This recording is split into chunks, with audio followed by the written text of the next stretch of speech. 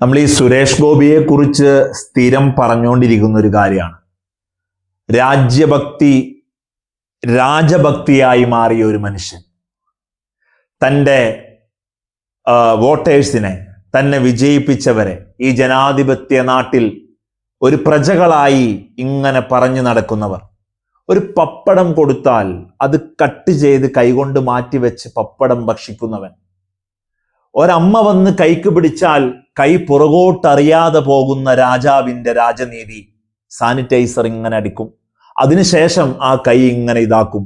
കാൽ തൊട്ട് വണങ്ങുന്നവർ, ഫോട്ടോയ്ക്ക് ഒരു ഗ്രൂപ്പ് ഫോട്ടോയ്ക്ക് കുറച്ച് ആളുകൾ ഇങ്ങനെ പോസ് ചെയ്യാം.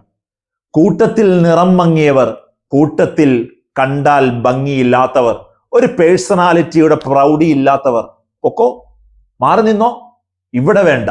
ഇത് രാജാവിൻ്റെ പ്രൗഢിയോടും രാജാവിൻ്റെ തലക്കനത്തോടും കൂടെ നിൽക്കുന്നവർ നിൽക്കുന്ന ഫോട്ടോ.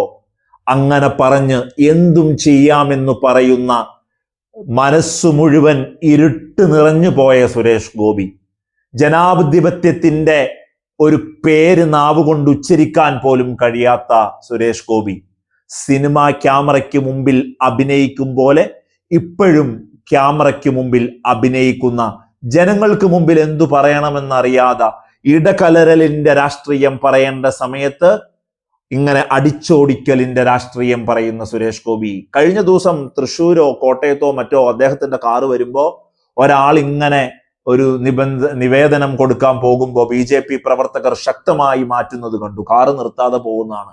ആരാണ് ഇദ്ദേഹം? കേരളത്തോട് ഒരൊറ്റ ചോദ്യമേ ഉള്ളൂ. കലിങ്കിന്റെ പുറത്ത് ഇരുന്ന് ഇങ്ങനെ തദ്ദേശം ഞങ്ങൾക്ക് തരണം, ഞങ്ങൾക്ക് തന്നോ, ഞങ്ങൾ വിജയിപ്പിക്കാമെന്ന് ആടിച്ചെരിഞ്ഞുലഞ്ഞു പറയുന്ന സുരേഷ് ഗോപിയെ നമ്മൾ കാണാതെ പോകരുത്. ഒരിക്കൽ കൂടി പറയണമെന്ന് തോന്നിയത് കൊണ്ടാണ് ഇപ്പോൾ പറയുന്നത്.